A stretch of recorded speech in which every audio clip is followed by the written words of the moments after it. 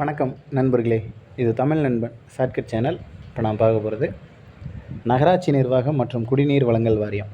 அதிலிருந்து தேர்வு நடைபெற்றுச்சு. ஸோ அதற்கான ஆன்சர் கீ அப்படின்றத பார்த்துருவோம். ஃபஸ்ட்டு கொஷின் பார்த்தீங்க அப்படின்னா, ஒரு குறிப்பிட்ட தொகையானது 4 ஆண்டுகளில் ஒரு குறிப்பிட்ட எளிய வட்டி வீதத்தில் இரட்டிப்பாகிறது. எத்தனை ஆண்டுகளில் அது 8 மடங்காக மாறும் அப்படின்னு ஒரு கொஷின் வந்து கேட்டிருக்காங்க. ஸோ இதில் வந்து என்ன வட்டி வீதம் அப்படின்றது கொடுக்கல, எதுவுமே வந்து என்ன தொகை அப்படின்றது கொடுக்கல. ஸோ நமக்கு எல்லாமே வந்து எதுவுமே தெரியாது. பட் இருந்தாலும் அதில் வந்து சம் அப்படின்றது ஒரு விஷயத்தை கேட்டிருக்காங்க. அது எப்படி 8 மடங்காக மாறும் அப்படின்ற ஒரு விஷயத்தை தான் அவங்க வந்து சொல்லியிருக்காங்க. ஸோ ஃபஸ்ட்டு வந்து நம்மக்கிட்ட இருக்கிற டேட்டாஸ் அப்படின்றத எழுதிக்குவோம். ஒரு தொகை, அதை வந்து ஜஸ்ட்டு ஒரு எக்ஸ் அப்படின்ற மாதிரி எடுத்துக்கலாம். ஸோ இந்த எக்ஸ் அப்படிங்கிறது என்ன ஆகுது அப்படின்னு பார்த்தீங்கன்னா, 4 வருடத்தில் ஏதோ ஒரு குறிப்பிட்ட வட்டி வீதத்தில், அந்த என்ன வட்டி அப்படின்றது சொல்லலை, பட் ஏதோ ஒரு வட்டி வீதத்தில் நமக்கு வந்து இரட்டிப்பாகிறது. அது எத்தனை வருஷத்தில் அப்படின்னு பார்த்தீங்கன்னா 4 வருடம். ஸோ 4 இயர்ஸில் இந்த எக்ஸ் அப்படிங்கிறது 2x அப்படின்ற மாதிரி மாறுது. ஸோ அப்போ இன்னும் ஒரு 4 வருடத்தில், இதில் கேள்வி என்ன கேட்டிருக்காங்க அப்படின்னா, அது 8 மடங்காக எத்தனை வருடத்தில் மாறும் அப்படின்றத கேட்டிருக்காங்க. ஸோ 2x அப்படின்னு இருக்கிறது, எக்ஸ் அப்படின்றது 4 வருஷத்தில் 2xஆக மாறி இருக்கு. ஸோ அதுக்கடுத்து என்ன ஆகும் அப்படின்னா, இன்னும் ஒரு 4 வருஷத்தில் 3xஆக மாறும். ஸோ அதுக்கப்புறம் இன்னும் ஒரு 4 வருடத்தில் இந்த 3xஆக இருக்கிறது இன்னும் ஒரு 4 வருஷத்தில் 4xஆக மாறும். ஸோ இப்படியே போட்டிங்க அப்படின்னா 8x அப்படின்னு வர்றதுக்கு கிட்டத்தட்ட பார்த்தீங்கன்னா 28 வருடம் ஆகும். ஸோ டைரெக்டாக 8 4 32 அப்படின்னு போட்டிங்கன்னா தவறு. என்ன காரணம் அப்படின்னா, இங்கே எக்ஸுக்கு நம்ம 4 வருஷம் ஆகலை, 2x வர்றதுக்கே ஃபஸ்ட்டு 4 வருஷம் ஆகிடுச்சு. ஸோ அதனால் 8 4 32, அதிலேருந்து ஒரு 4 வருஷத்தை கழிச்சிட்டிங்க அப்படின்னா 28 அப்படின்றது ஆன்சர் கிடைக்கும். ஸோ இதுதான் ஷார்ட்டாக. ஸோ நமக்கு எந்த ஒரு வட்டி வீதமும் தெரியாது, வேறு எந்த சம்மே தெரியாது அப்படின்னா நீங்கள் டைரெக்டாகவே இப்படியே போட்டலாம். 4 வருஷமாக கூட்டிக்கிட்டு போனீங்கனாலே உங்களுக்கு ஆன்சர் வந்துடும். 8x அப்படின்னு வந்துச்சுன்னா அது 8 மடங்கு. ஸோ அதில் மொத்தமாக எத்தனை வருஷம் அப்படின்னு கூட்டி பார்த்தீங்கன்னா அந்த 28 அப்படின்றது வந்து உங்களுக்கு கிடைக்கும். ஸோ அடுத்த சம் பார்த்தீங்க அப்படின்னா, ஆண்டுக்கு 20% வட்டி வீதம் கடன் வாங்கப்பட்ட ரூ. 3480 தொகையானது 3 சம தவணையில் திரும்ப செலுத்த வேண்டும் எனில் ஒவ்வொரு தவணையின் அளவு என்ன அப்படின்னு கேட்டிருக்காங்க. அதாவது இதுதான் வாங்கப்பட்ட தொகை, இதுதான் வட்டி வீதம்.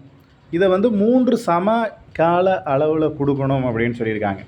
ஸோ இதுக்கு இந்த வாங்கப்பட்ட தொகைக்கு 20% வட்டி கண்டுபிடிக்கிறீங்க. அந்த 20% வட்டியையும் இதையும் கூட்டி டிவைடட் பை 3, அவ்வளோதான். அதாவது 3ஆல் வகுத்து, ஏன்னா ஒரே டைமாக இதுக்கு வட்டியை போட்டு ஒரே டைமாக கொடுக்க போகிறதில்ல.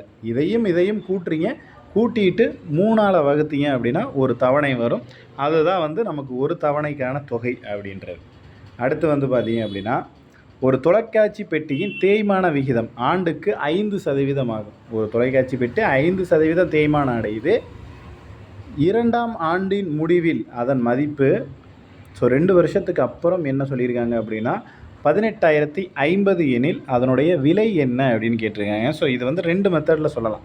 அதாவது ஷார்ட்டாக உங்களுக்கு வந்துட்டு இந்த மாதிரியான சம்க்கு 18,050 பெருக்கல் 9.5 divided by 10 into 9.5 divided by 10. அதாவது இந்த இடத்துல 5% தேய்மானம் அப்படின்னா 0.5ன்னு எடுத்துக்கணும். இல்லவே 10% அப்படின்னா 9 அப்படின்னு எடுத்துக்கணும். ஓகேங்களா? இதை எல்லாத்தையும் கேன்சல் பண்ணி போட்டிங்க, இந்த 0வும் கேன்சல் ஆகிடும். அதுக்கப்புறம் இதை எல்லாத்தையும், அதாவது 9.5 பெருக்கல் 9.5 இங்கே வந்து 1805 இருக்கும். இது எல்லாத்தையும் பெருக்கி டிவைடட் பை 10 போட்டிங்க அப்படின்னா ஆன்சர் உங்களுக்கு வரும். ஸோ அப்படி இல்லை அப்படின்னா இது எனக்கு வந்து தெரியலை, ஏன்னா சம்ஸ் வந்து இதுக்கு ரொம்ப ப்ரீஃபாகவே எடுக்கணும். ஸோ அந்த மாதிரிலாம் இருக்கும். ஸோ சம் வந்து எனக்கு தெரியலை அப்படின்னா உங்களுக்கு டைரெக்டாகவே ஆப்ஷனில் இருந்தே சூஸ் பண்ணலாம். ஆப்ஷன்லேருந்து சூஸ் பண்ணிங்கன்னா 2 வருஷத்துக்கு, அதாவது இப்போவே தேய்மானம் ஆகி 18,000 இருக்குது. பட் இப்போ வந்து 18,000 இருக்குமா அப்படின்னா கண்டிப்பாக இருக்க போகிறதில்ல. ஆரம்ப விலை 18,000லேருந்து தேய்மானம் ஆகி 18,000 வரப்போகிறதில்ல. கண்டிப்பாக இது வந்து வராது. 19,000க்கு எடுத்து பார்த்தீங்க அப்படின்னா உங்களுக்கு வந்துட்டு ஃபஸ்ட்டு வருஷமே 5% தேய்மானம், 950 வரும்.